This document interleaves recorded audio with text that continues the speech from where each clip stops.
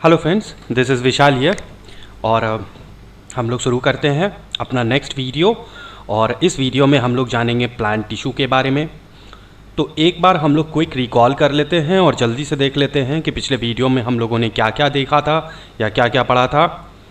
हम लोगों ने ओवरव्यू लिया था टिश्यू के बारे में, साथ ही साथ कुछ क्वेश्चंस थे। हम लोगों ने क्लासिफिकेशन देखा था प्लांट टिश्यू और एनिमल टिश्यू के बारे में। अपार्ट फ्रॉम दैट हम लोगों ने एक छोटा सा ट्रिक भी देखा था जिससे कि एनिमल टिश्यू हम लोग याद कर सकें। सारे के सारे टिश्यू के क्लासिफिकेशन और वो कितने कितने टाइप में डिवाइड किए गए हैं वो सब हम लोग ने देखा था। और साथ ही साथ हम लोगों ने उसे मेमोराइज़ करने का, दिमाग में डालने का एक कुछ ट्रिक्स भी हम लोगों ने यूज़ किया था। तो एक बार देखते हैं कि हम लोगों ने क्या क्या ट्रिक यूज़ किया था। पहला ट्रिक तो था म्यूनिक से muscular tissue, nerve tissue, epithelial tissue और कनेक्टिव टिश्यू के बारे में जाना था। साथ ही साथ हम लोगों ने एपिथेलियल टिश्यू का एक ट्रिक था जो कि ये SSS, CCC और G था, ठीक है। Like simple squamous tissue, stratified, cuboidal, columnar, epithelial, ciliated columnar, ये सब हम लोगों ने जाना था। एक और ट्रिक था कनेक्टिव टिश्यू के बारे में, AA, BB और LTC। ये areolar tissue, adipose tissue, blood, bone, ligament, tendon और कार्टिलेज टिश्यू के बारे में पढ़ा था। और साथ ही साथ हम लोगों ने उसे मेमोराइज़ करने का ये छोटा सा ट्रिक यूज़ किया था। आज हम लोग बहुत ही इम्पॉर्टेंट पार्ट के बारे में जानेंगे जो है प्लांट टिश्यू। प्लांट टिश्यू का एक ओवरव्यू लेंगे, साथ ही साथ जिस तरीके से हम लोगों ने स्टार्टिंग वीडियो में एनिमल टिश्यू का एक ओवरऑल ले लिया था, उसी तरह से प्लांट टिश्यू के भी बारे में हम लोग एक मोटा मोटी ओवरऑल ले लेंगे और उसको दिमाग में या ब्रेन में मैपअप करने का कोशिश करेंगे, ठीक है। तो चलते हैं और हम लोग शुरू करते हैं प्लांट टिश्यू। एनिमल टिश्यू हम लोगों ने पूरा का पूरा जाना, समझा और साथ ही साथ याद करने का कोशिश भी किया। तो प्लांट टिश्यू के बारे में आते हैं। तो प्लांट टिश्यू जनरली दो तरीके का होता है। पहला मेरिस्टेमेटिक टिश्यू और दूसरा परमानेंट टिश्यू। फ्रेंड्स, एक चीज़ मैं आप लोगों को रिकॉल कराना चाहता हूँ कि जिस समय मैं आपको मेमोराइज़ करने का तरीका बता रहा था उस समय मैंने आपको ये भी बताया था कि कुछ बेसिक पॉइंट्स याद कर लीजिए। जैसे कि किसके बेसिस पर उस टिश्यू को हम कैटेगराइज कर रहे हैं। On the basis of place, मतलब ऑन द बेसिस कहाँ पर है, वो किस जगह पर पाया जाता है। साथ ही साथ वो उनका सेल किस तरीके का बना हुआ है, या सेल के बेसिस पर हम लोगों ने कैटेगराइज करने का कोशिश किया था, ठीक है। और यहाँ पर हम लोग जानेंगे कि सेल डिवीज़न के बेसिस पर किस तरीके से प्लांट टिश्यू में कैटेगराइजेशन किया गया है, ठीक है। तो देखते हैं और यहाँ पर एक ओवरव्यू लेते हैं कि प्लांट टिश्यू जनरली दो तरीके का होता है, मेरिस्टेमेटिक टिश्यू और permanent tissue. Meristematic tissue again तीन तरीके का होता है, एपिकल, इंटरकैलरी और लेटरल मेरिस्टेमेटिक टिश्यू, ठीक है। आते हैं परमानेंट टिश्यू के बारे में। तो परमानेंट टिश्यू अगेन दो तरीके का होता है, simple permanent tissue and complex permanent tissue. Simple permanent tissue again तीन तरीके का होता है, पैरेन्काइमा, कोलेन्काइमा और स्क्लेरेन्काइमा। और complex permanent tissue xylem and phloem, ये दो तरीके का होता है। तो किसके बेसिस पर किस टिश्यू को किस कैटेगराइजेशन में बांटा गया है ये हम लोग इस वीडियो में जानेंगे। बट ये वीडियो हम लोग बेसिकली इस पार्ट को जानने का कोशिश करेंगे। ये पार्ट है मेरिस्टेमेटिक टिश्यू। प्लांट में जो दो तरीके का टिश्यू है, मेरिस्टेमेटिक और परमानेंट, तो मेरिस्टेमेटिक टाइप ऑफ टिश्यू को हम किस बेसिस पर डिवाइड करते हैं, या मेरिस्टेमेटिक टिश्यू क्या होता है, उसके कैटेगराइजेशन क्या है, और on the basis of what categorisation it is divided. But before आगे जाने से पहले एक छोटा सा चीज़ और जान लेते हैं, ये है complex permanent tissue. Complex permanent tissue actually में जाइलम और फ्लोएम, जो कि पिछले स्लाइड में मैंने आपको बता दिया था, ठीक है। तो ये जाइलम और फ्लोएम का चार टाइप नहीं है, ये एक्चुअली में ये चार चीज़ से मिलकर के बना हुआ रहता है। जाइलम ट्रैकोइड्स, वेसल्स, जाइलम फाइबर और जाइलम पैरेन्काइमा से बना हुआ रहता है। अंतर क्या है इन चारों में? तो इसमें जाइलम पैरेन्काइमा जो होता है वो लिविंग है और बाकी जितना होता है वो डेड सेल का बना हुआ रहता है। अगेन अगर हम फ्लोएम में आते हैं तो फ्लोएम फाइबर जो होता है वो डेड सेल से बना हुआ रहता है और बाकी जितने भी ये होते हैं सीव कंपेनियन और फ्लोएम पैरेन्काइमा जिसको मिला करके फ्लोएम बना है, ठीक है, ये एक्चुअली में लिविंग सेल से बने हुए रहते हैं। ठीक है, तो आगे बढ़ते हैं और देखते हैं हम लोग मेरिस्टेमेटिक टिश्यू और मेरिस्टेमेटिक टिश्यू को समझने का कोशिश करते हैं। मेरिस्टेमेटिक टिश्यू होता क्या है? First of all meristematic tissue को हम ग्रोथ टिश्यू भी कहते हैं। क्यों? क्योंकि मेरिस्टेमेटिक टिश्यू जो होता है वो प्लांट के ग्रोथ में या प्लांट को ग्रो करने में हेल्प करता है। इनफैक्ट जो टिश्यू होता है इटसेल्फ जब वो बड़ा होता है या ग्रो करता है तो उस टाइप ऑफ टिश्यू को हम कहते हैं मेरिस्टेमेटिक टिश्यू। ठीक है, this tissue consist of actively dividing cells and is present in the growing region of the plant like root and shoot tip. Plant का दो ऐसा पार्ट होता है, ठीक है, जो कि प्लांट के लंबाई को बढ़ाता है। ठीक है, जो प्लांट का टॉप होता है वो और प्लांट का जो रूट का टॉप पोजीशन होता है वो। हमें जो चीज़ दिखाई देता है, जैसे प्लांट के ऊपर का चीज़ दिखाई दे रहा है, इट डजंट मीन कि सिर्फ ऊपर ही वो बढ़ रहा है। ज़मीन के नीचे भी बहुत सारा चीज़ होता है जो कि बढ़ता रहता है।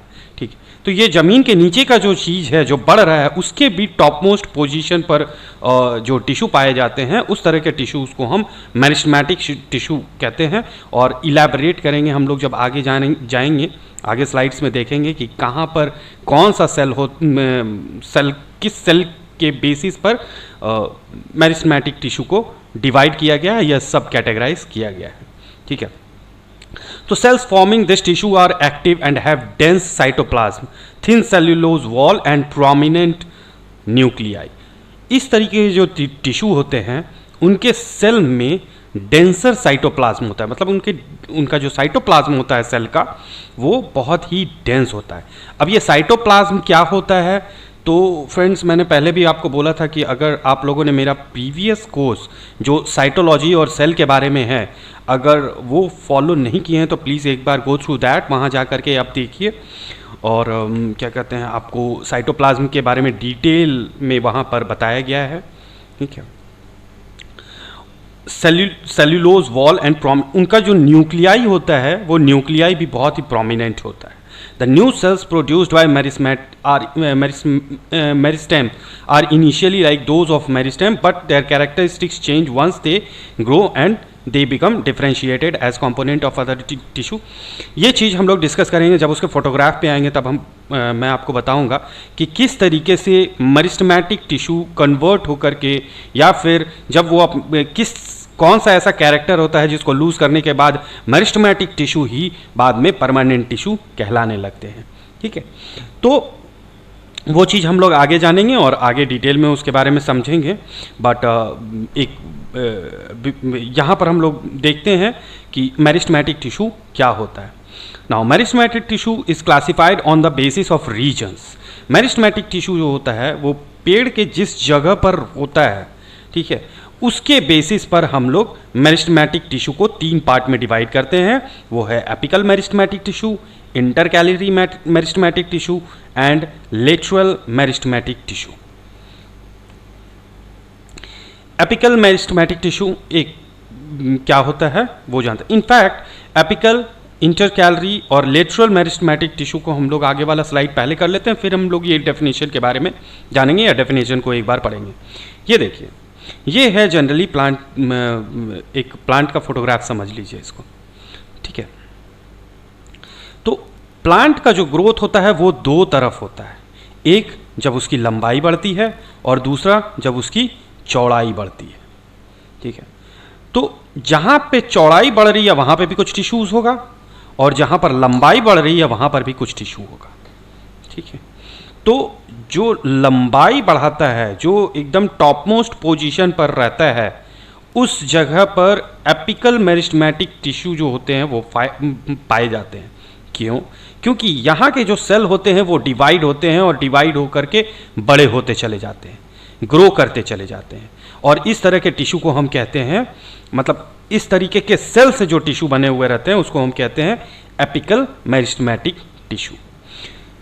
न केवल टॉप मोस्ट पोजीशन पर बल्कि जो रूट होते हैं, जड़, उस जड़ का भी जो टॉप मोस्ट पोजीशन होता है वो भी इसी तरह के टिश्यूज से या इसी तरह के सेल से पाए जाते हैं, क्योंकि वहाँ पे भी तो ग्रो करना पड़ता है, वहाँ भी तो लंबाई बढ़नी होती है, जड़ की भी तो लंबाई बढ़ती है, तो वहाँ पर भी जो सेल डिवाइड करते हैं और टिश्यू को फॉर्म करते हैं वो एपिकल मेरिस्टेमेटिक टिश्यू पाए जाते हैं।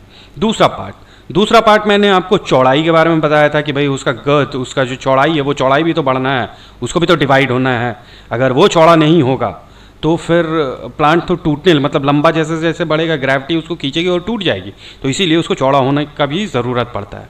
तो जिस जगह पर चौड़ाई को बढ़ाना होता है वहाँ पर लेटरल मेरिस्टेमेटिक टिश्यू पाए जाते हैं, ठीक है।